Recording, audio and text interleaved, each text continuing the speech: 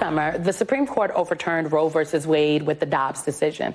And that was just the opening act for the assault on our fundamental rights and freedoms. The Supreme Court is the new right-wing legislature for this country. I do not think that this court any longer has the legitimacy.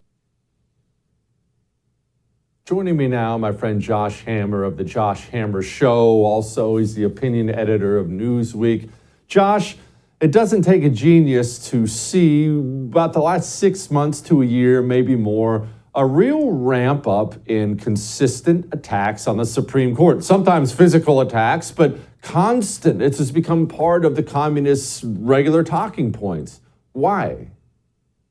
Yeah, I mean, we can go at least as far back as the unprecedented leak of the Dobbs abortion case last May. I think it was May 3rd, 2022, which, by the way, many people on our side, Jesse, have forgotten about this. The Chief Justice, the Marshal, they put out their report back in January kind of saying, oh, we don't know who the leaker was. I feel like I'm one of the only sane people left who is still kind of sounding the alarm about this. I mean, it is utterly insane that the leaker of the Dobbs abortion case has not faced justice. I'm only going to continue to kind of pound that drum as we kind of move forward. But yeah, after that, and then of course, in the build up to the Dobbs abortion case, after that, you had these quote unquote protests outside of the right of center Supreme Court justice's home, notwithstanding that there is a direct federal statute on the books that literally proscribes, that illegalizes so-called protests outside the homes of judges or justices with the intent to sway the outcome of a pending Article 3 federal court case. But, that was a while ago at this point, Jesse. The point of the column that I wrote recently was over the past 5-6 weeks or so, you've seen this very new kind of full-scale Democrat media complex, to borrow Andrew Breitbart's term, this disinformation campaign against the Supreme Court. So ProPublica, which is kind of an investigative journalism site, has had numerous pieces purporting to claim that Clarence Thomas has ethical violations. You've had this piece from Business Insider, I believe it was, about Chief Justice John Roberts' wife, Jane Roberts, and how she is apparently taking too much money or earning too much money to be a high-profile, prominent legal recruiter. You had this other piece from Politico about Justice Neil Gorsuch with a real estate transaction down in Colorado. It's all nonsense. The details of these cases do not matter.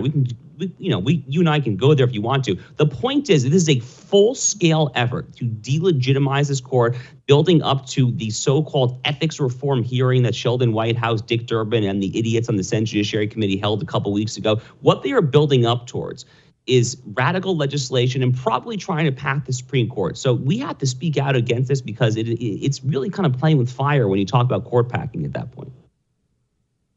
Okay, what's their goal for this, Josh? Because it seems odd to people who don't know what they're seeing, because the Supreme Court's not going anywhere. They're appointed for life. Sadly, these people go there and just die there. But anyway, they're appointed for life. So what can they do except for yell and whine? What's the goal?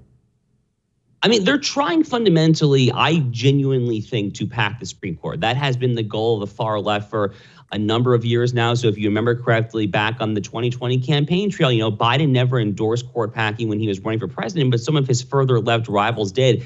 And if I recall correctly, he did say as a campaign promise that at a bare minimum, he would start this commission to investigate possible Supreme Court reform measures. And sure enough, that's actually exactly what they did. So Joe Biden, when he was president, had this commission to study possible changes to the Supreme Court. And that was back in 2021. And the results of that commission were fairly mealy-mouthed. They didn't come up with much in the way of concrete suggestions. But the point is, he was flirting with it. He was flirting with the idea of court packing, of using the partisan power to add justices to the Supreme Court, basically to kind of ram through his agenda. Now, you don't have to be a huge student of history to remember that this is what FDR famously tried to do during the height, or the depth, you might say, I guess, of the New Deal back in the 1930s, when his New Deal legislative economic agenda was being repeatedly held up by a conservative Supreme Court. And sure enough, in 1937, Democrats during the New Deal, Jesse, they totally controlled the Senate. They totally dominated the Senate Judiciary Committee. But the Democrat-held Senate Judiciary Committee in 1937 issued this scathing report back to FDR. And they said, no, We are not going to rubber stamp your agenda. We are not going to pat the Supreme Court here, because let us attest to the fact that the Supreme Court is an independent branch of governance. That's how the framers designed this system, and we're not going to screw it up. So I think it's time for us to kind of start talking about that again, because that ultimately, I think, is really where Joe Biden and the Democrats is trying to take this whole train. Okay, well, packing the Supreme Court is one of those things they always seem to flirt with, but never seem to do. Can you help people who don't understand the law? Can you help them understand what it would take to pack it? Can Joe Biden just wake up tomorrow morning and decide to pack it? No, it would take a law. I mean, Congress has to pass a law. But so look, I mean, according to the Constitution, Article 3 of the Constitution basically says that the Supreme Court has one Chief Justice, and then however many justices that Congress may establish. So we haven't always had 9 justices. We have 9 today. It's actually only been that way since the late 1860s, if I'm not mistaken, in the aftermath of the Civil War. Going back to the founding of the Republic, there were kind of 6 or 7 justices, depending on the time, going back to the first Judiciary Act, which was passed shortly after the United States was founded. So it's not required. The number of justices is not required by the Constitution, so Congress can change it, but it would take a law.